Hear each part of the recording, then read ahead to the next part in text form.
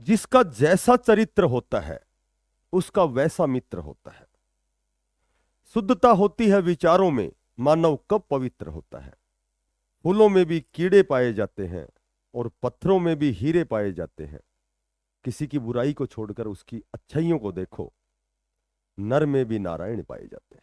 नमस्कार प्यारे बच्चों। देखो, आज की जो अपडेट बहुत अच्छी अपडेट, विशेषकर आज की जो अपडेट है उन बच्चों के लिए है कि बार बार जो कमेंट्स करते हैं, मेरे चौथी शिफ्ट में 42 नंबर हैं, मेरे पहली में 51 नंबर हैं, मैं कौन सी भर्ती की तैयारी करूं, इस तरह की बहुत सी ऐसी उनकी समस्याएं हैं। ठीक है, वो थोड़ा सा कन्फ्यूजन है, थोड़ा सा संशय है, थोड़ा सा असमंजस है। तो आज इसी पर हम थोड़ी सी संक्षिप्त सी चर्चा करेंगे।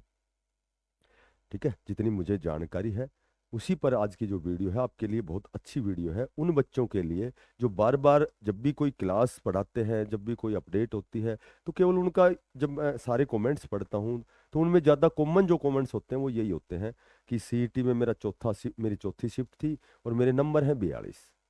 तो क्या मेरा क्वालिफाई होगा, क्या मेरा कहीं मैं किसी एग्जाम की तैयारी करूं या फिर मैं अगले सीईटी की तो इस तरह की बातें होती हैं। देखो, सबसे पहले तो एक उन बच्चों को मैं ये बताता हूँ कि करेक्शन पोर्टल जो है बार बार सुनने में आता है, आज खुलेगा, 2 दिन में खुलेगा। ठीक है, बहुत जल्दी खुलेगा। रिजल्ट जो सीईटी का 15 दिन में आएगा।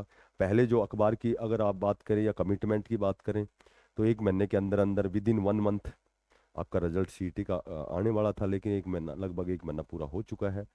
तो अब एक तो बात तो मैं आपसे ये कहूंगा कि करेक्शन जो पोर्टल है, कोई कमेंट्स ऐसे भी आते हैं पर्सनली भी, भाई करेक्शन पोर्टल कब खुलेगा। देखो, ये तो निर्धारित, ये तो बिल्कुल तय है कि आपका करेक्शन पोर्टल खुलेगा।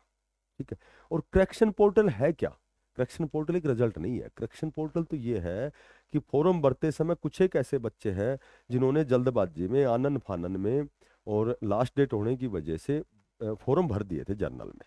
ठीक है, तो करेक्शन पोर्टल ये तो तय ही है, बिल्कुल श्योर एंड सर्टेन है कि आपके रिजल्ट से पहले करेक्शन पोर्टल आएगा।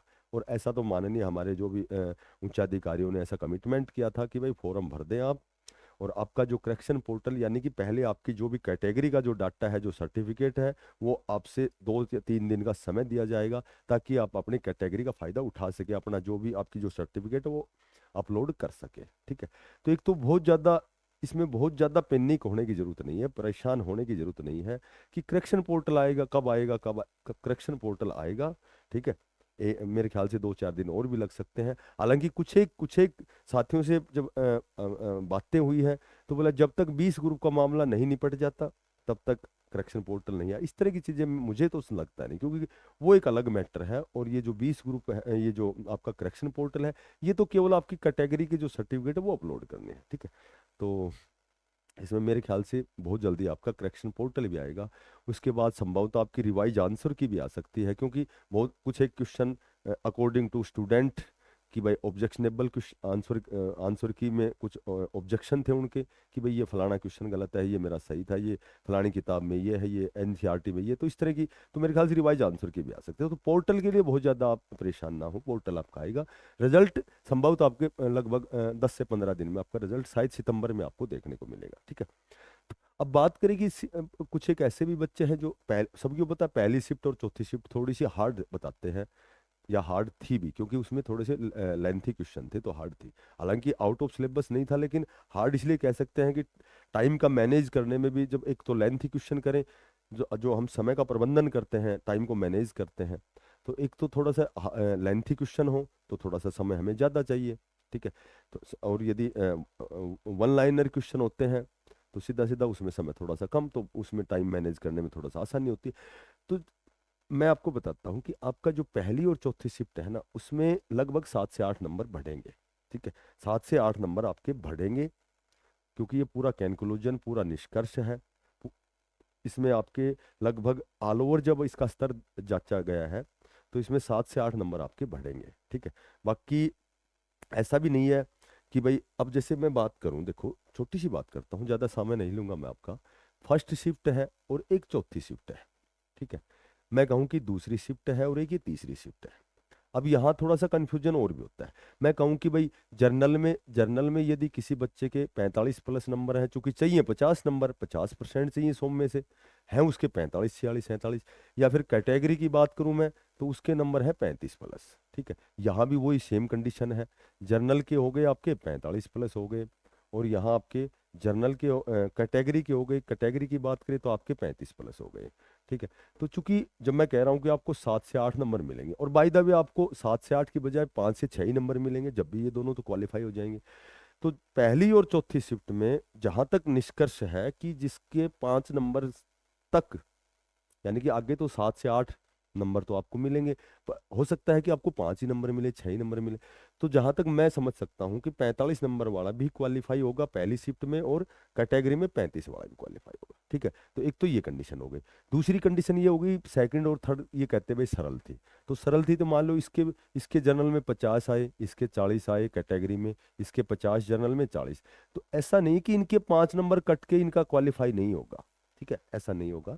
जहां तक मैं समझता हूं इनके नंबर नहीं काटे जाएंगे, इनको तो क्वालिफाई की ही श्रेणी में गिना जाएगा, काउंट किया जाएगा। बाकी इनको फायदा होगा पहली और चौथी शिफ्ट के जो भी जर्नल या कैटेगरी के कैंडिडेट हैं। लगभग 13 लाख कैंडिडेट ने पेपर दिए हैं। ठीक है, तो हो सकता है हम अगर कयास लगाएं तो 6 लाख, 6.5, 7 लाख, 7 लाख तक तो पास हो सकते हैं, क्योंकि बच्चे फिलहाल बड़े सीरियस हैं। बाकी बाकी 6-7 लाख ऐसे भी बच्चे होते हैं जो बिल्कुल नए होते हैं। ठीक है, जो बिल्कुल ही नए होते हैं, जिनका पहला ही एग्जाम होता है, तो कहीं न कहीं उनके लिए तो ये आसान नहीं है पास करना, क्योंकि पेपर, हालांकि इसका नाम कंपटीशन है, तो कंपटीशन में नए बच्चों के लिए तो हो सकता है वो पास नहीं करेंगे। लेकिन लेकिन अच्छा, अब बात करें कि चलो क्वालिफाई हो गई, उनकी उनकी जो सर्टिफिकेट है वो 3 साल के लिए मान्य हो गई, कंसिडर की जाएगी।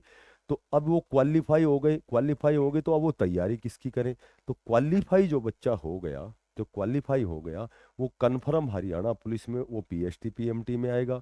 जितनी भी टेक्निकल भर्तियां हैं, टेक्निकल यदि उसने आईटीआई की, देखो नंबर कम किसके आएंगे, या तो आईटीआई कैंडिडेट जो टेक्निकल में है, ठीक है, जो एलएम एसए हो गया, एमपीएचडब्ल्यू हो गया, या फिर जेई हो गया, तो इनके लगभग क्वालिफाई वालों को 10 गुना में माना जाएगा, क्योंकि पिछली बार जब 4 गुना की कंडीशन थी तो 3 गुना बच्चे ही मिले थे। ठीक है, तो 1 गुना तो वही बच्चे कम रह गए थे।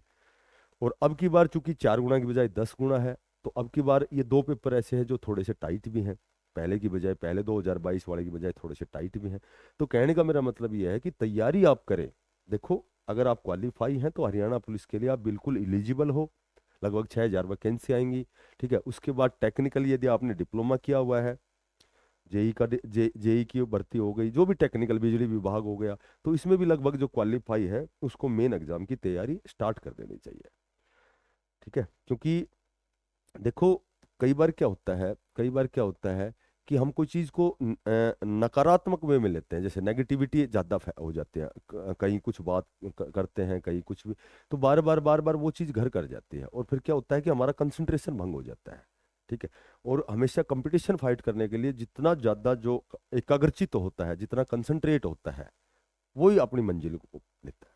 ठीक है, वो कहते हैं ना, बोला बोला, ए परिंदे यूं जमी पर बैठकर आसमान को क्या देखता है, ए परिंदे यूं जमी पर बैठकर आसमान को क्या देखता है, अपने पंखों को खोल, जमाना सिर्फ उड़ान देखता है।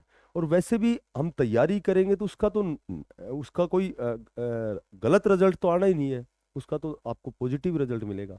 क्योंकि बाय द वे यदि आपका यहाँ 10 गुना में आप नहीं आते हो, आप गलत से गलत भी नेगेटिव भी सोचोगे, तब भी एचएसएससी जो डी ग्रुप की भर्ती है, ये तो सभी को पता है। कोई कह रहा है कि 22,000 वैकेंसी आएंगी, कोई 24,000 कह रहा है। ठीक है, बाकी इतनी तो मेरे ख्याल से नहीं आएंगी, क्योंकि अभी तो हरियाणा कौशल रोजगार निगम के तहत भी डी ग्रुप के जो कर्मचारी हैं, उनको नियुक्त किया जाएगा। ठीक है, कुछ एक 4,000 जो अभी 4,000 क्यों ज़्यादा ही होंगी, जो अभी डी ग्रुप की सीटें वैकेंट हैं, उस पर भी काम चल रहा है, हो सकता है वो एक वेटिंग लिस्ट भी आएगी। ठीक है, और उसके बाद में जहाँ तक मैं समझता हूँ 10-12 हज़ार तक तो आपकी वैकेंसी आ सकती है। बाकी सुनने में तो 20,000 आता है, कभी 18,000, कभी 15,000। तो तैयारी जब आप करोगे, कई बार क्या होता है कि हम तैयारी किसी की करते हैं और सिलेक्शन कहीं हो जाता है। ठीक है, तो ऐसा नहीं है कि भाई यहाँ हमारा सीट क्लियर नहीं हुआ तो उसके बाद में हमारे रास्ते बंद हो गए। देखो, रास्ते रास्ते जब जागो जब सवेरा, रास्ते हमेशा खुले होते हैं। सिर्फ अपना प्रयास करें, तैयारी करें।